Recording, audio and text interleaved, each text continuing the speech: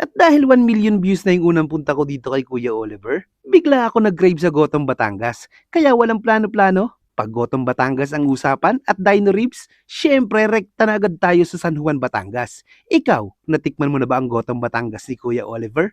Aba kung hindi pa, tara, Bananata natin yan! let's go!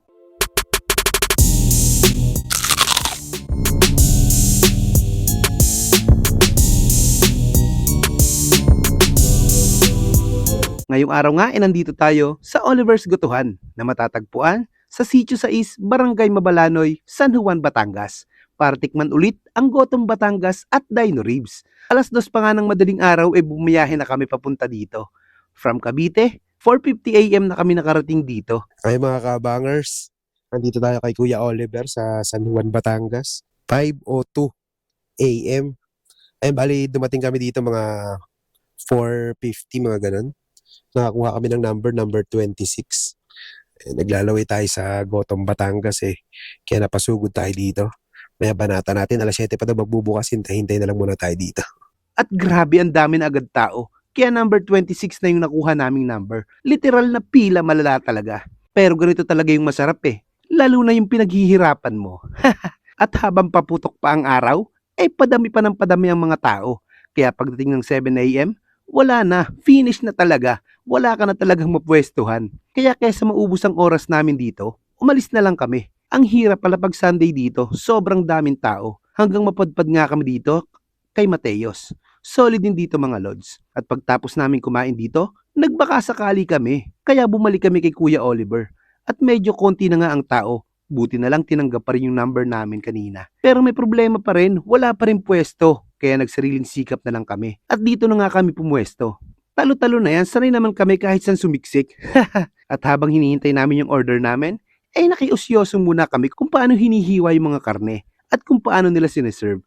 Grabe, pangatlong salang na daw pala nila to. At hindi na sila nagpapa-order dun sa mga bagong dumadating. Parang ang last order yata nila 11 AM. Pero hanggang 5 PM, pwede ka pang kumain dito. Basta may number ka. Bago pa maubos ang kwento ko, tara, kain muna tayo. Mga kabangers, ito na yung Dino Ribs natin. From 5 AM. Anong oras na ngayon? Alas 12 na, eksakto. Para banata na natin to. Mambo. Sulit ang paghihintay.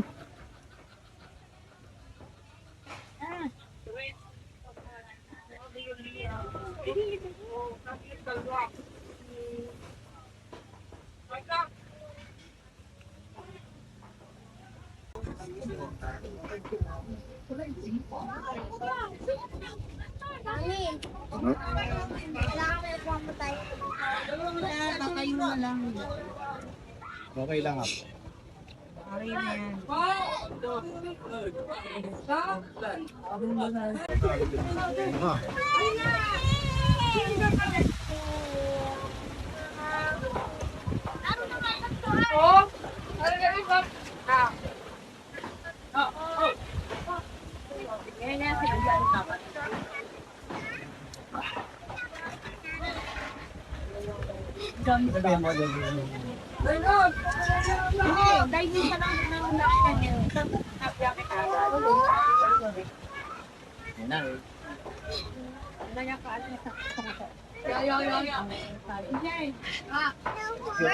Malagi.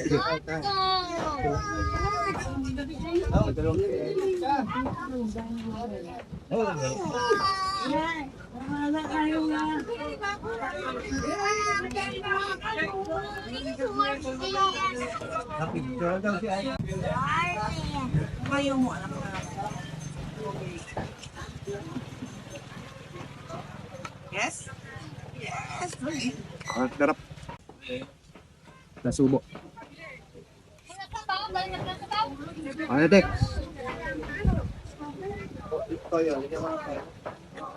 Ano, busin muna namin to. Kaya na-sure nga po siya, no? Hmm. Ang 2 taong pangalan, family soul.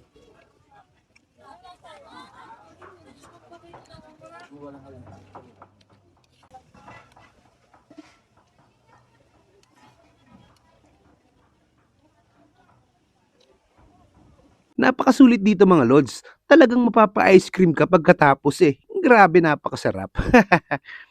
Pero kung pupunta ka dito, mas okay kung weekdays para hindi ganun kadami ang tao. Pero kung weekends ka lang talaga pwede, magbaon ka na lang ng mahabang pasensya kasi sigurado ako mauubos yan. O paano? Hanggang susunod nating food trip. Paalam.